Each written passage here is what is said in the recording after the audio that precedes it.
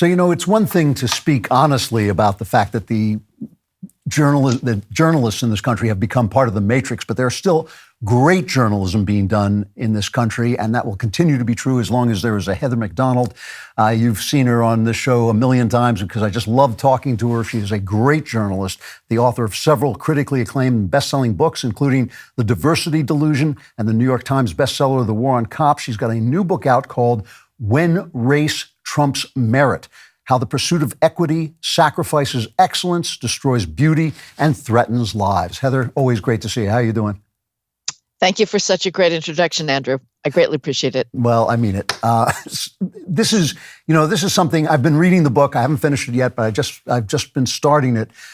It's a heartbreaking book in a lot of ways. I mean, you bring your usual great journalism to it, but the stuff that you're talking about is really difficult to face. Let's just begin. You say this has its roots in the past, but really got started with the George Floyd riots. What exactly are we talking about when we say when race trumps merit? We're talking about the idea that if we look around and we see an institution that does not have exact racial proportionality based on the national population. So, for instance, if you look at Google and it doesn't have 13% Black engineers working there, or Black computer scientists, which is 13% is what the national population is. Therefore, we have concluded it is per se racist, and it must lower its standards in order to create the requisite diversity. Or if you look at a medical school and you see that it doesn't have 13% Black faculty, or an Alzheimer's research lab and it doesn't have 13% Black neurologists working there, the federal government, the medical school, whether it's Harvard Medical School or Duke Medical School, will conclude the lab is racist, we, the medical school, are racist. We have to lower our standards of admissions. We have to lower our standards of hiring in order to engineer racial proportionality. On the criminal side, if viewers are sort of scratching their heads of what the hell has been going on with criminal law enforcement for the last 2 years, why are these crazy prosecutors not prosecuting theft, shoplifting, turnstile jumping, trespass, disorderly conduct, resisting arrest, which is the most appalling of all? Why are police chiefs often telling their officers, don't make car stops, don't arrest for quality of life infractions like public camping? All of this is the same issue. It's driven by, in this case, the overrepresentation of Blacks in prison and the disparate impact that the enforcement of the criminal law inevitably has on Black criminals. The thing that my book tries to do, Drew, is provide an alternative explanation to racism for why we have those racial disparities. Before we get to that, I want to talk about that. But before we get to that, this is such a bad idea. Obviously, I mean, let's just start. We've mentioned the medical profession. I want a surgeon who is the best possible surgeon. I don't care if he's Scandinavian or Zulu. I want the guy who can do the job best. So this is such a bad idea. It obviously is going to lower the quality of the schools that practice it. How did we get to this point? How did we get to the point where somebody thought that this would work? I don't know if they're thinking about whether it works. They don't think it works in terms of meritocracy and success. They think it works simply as a way of engineering and imposing racial quotas on everything. I think the reason we got here, Drew, is America, white Americans in particular, are very guilty about our racial past. And I freely admit that racial past was appalling. It was gratuitously nasty for decades, way after we got rid of slavery. The South was behaving like a bunch of absolute psychotic neurotics towards Blacks. And at this point, we are not that country, Drew. I can both say we were white supremacist apartheid country, and today we have done a 180-degree turn. The reality today is Black privilege, and that can get you fired if you say that on a college campus. Fortunately, neither of us are there, so we hope we can keep our jobs. White privilege is not the reality. I don't know a single Black high school senior applying to a selective college that puts his race down as white, because he knows that being Black will give him an enormous advantage. Whites are terrified that the skills gap despite decades of trying. After the height of the civil rights era in the 1960s, we spent trillions of dollars on redistribution programs, on de facto reparations, on social outreach, on doing affirmative action up the gazoo. And still there is a standard deviation in virtually every objective test of academic skills. The whites are terrified that will never close. And so they are out there saying proleptically the only allowable explanation is racism. They're terrified of looking at Black culture, and they're certainly never going to look at the whole very vexed issue of heritability, but they won't even look at the pathological inner city culture that says that academic achievement is acting white. You talk about, it's so easy to see how this is going to lower standards in medical schools and medical practice, how it's obviously lowered standards in policing. It's been a disaster in terms of repealing the great advances we made for 20 years in lowering crime. But one of the subtitles of your book, the title of the book is When Race Trumps Merit, How the Pursuit of Equity Sacrifices Excellence, Destroys Beauty, and Threatens Lives. How does it destroy beauty? The elites have turned on the extraordinary legacy of Western art, whether it's music, museums, art, visual arts, theater, dance.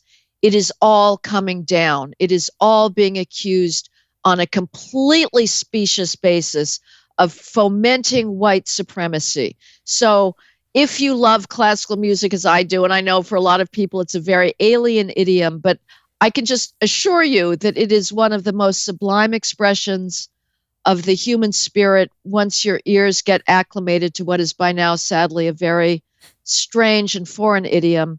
The idea is that because the vast majority of European musicians writing in this tradition of notated music were white because they were Europeans, therefore the only reason anybody thinks that Bach and Mozart and Haydn and Schubert and Beethoven are great is because they were dead white males, and their power is due to white supremacy. This is a preposterous idea, but you have, since the George Floyd racial psychotic breakdown, you have the very leaders of arts organizations, whether it's an opera company, a symphony orchestra, or an art museum, betraying their most profound obligation, which is to celebrate their traditions, pass them on, and teach young people why they should be down on their knees in gratitude for these works. And instead, they're saying, oh, we're no longer an opera company. We're an anti-racist institution.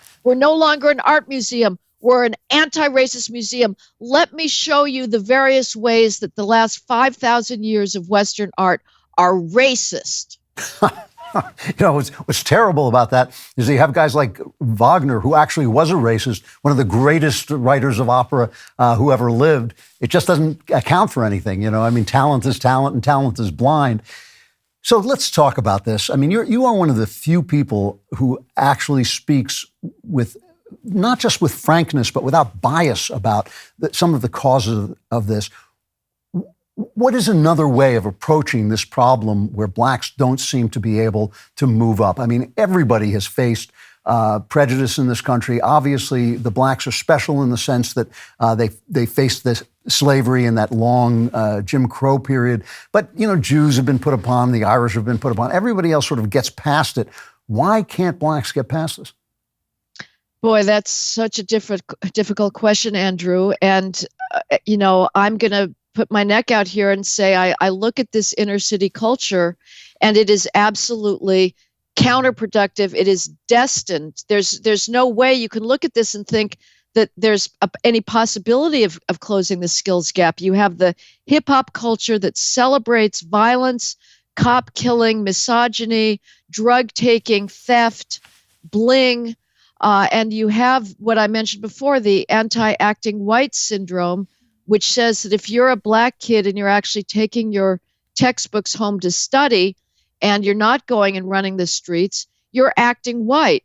And then you have an enabling elite that has lost confidence in the bourgeois values. I was just today walking through Times Square in New York City and, going past a strip joint. And I remember the halcyon days of the 1990s when Mayor Rudolph Giuliani, transformed the city by saying, I'm not going to apologize for bourgeois values like neatness, getting porn out of Times Square, not having people colonize the sidewalks, expecting law and order. You jump the turnstiles, you're getting arrested. And we've lost confidence in that. And we're not enforcing public order. And the elites have said, well, maybe we'll still kind of try to live by traditional norms when it comes to our own child rearing, but we're sure not going to tell anybody, especially blacks, who now have a 71% out of wedlock birth rate, which is cataclysmic. It is impossible to civilize young males with 71% of black children being born in a fatherless home. We have lost the confidence to say children need their mothers and fathers. And there's many reasons for that. There's feminism, and there is also gay rights. Let's be honest. If you say that children need their biological mothers and fathers, you will not only be accused of dissing the strong women who say they can do it all and be single mothers just fine, you're also dissing the lesbian couple, and everybody's terrified to do that.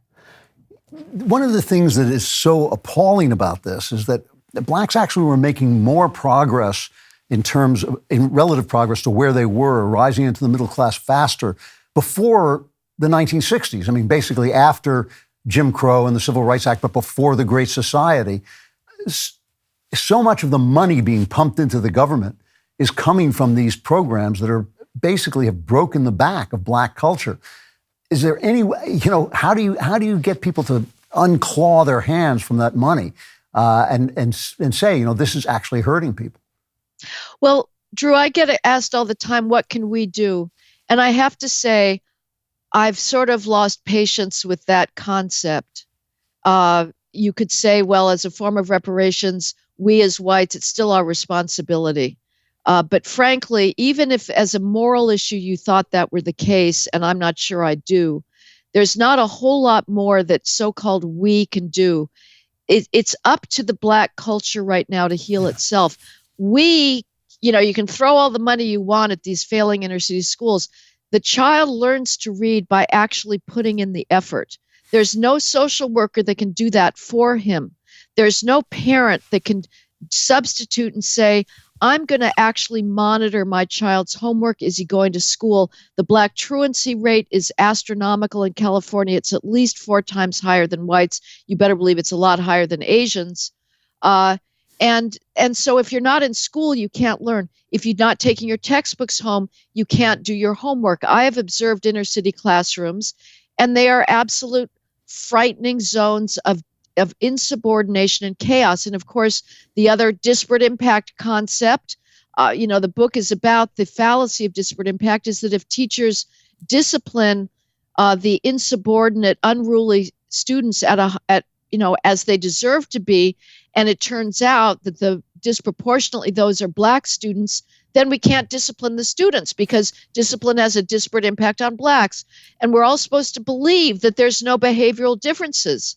Well, when you have black teenagers between the ages of 14 and 17 committing gun homicide at 10 times the rate of white and Hispanic teenagers between the ages of 14 and 17, the idea that population is going to go to school and be immaculately attentive to their teacher and doing their homework and not disrupting their fellow students is ridiculous. The same lack of socialization, the same lack of parental involvement that leads to that gun homicide rate is also creating these chaotic inner city classrooms. So we can do our charter schools, we can do our vouchers, we can try to re-embrace a belief in bourgeois values, but at some point, the race hustle, which is what's going on, we are all embracing a fiction of ubiquitous white supremacy.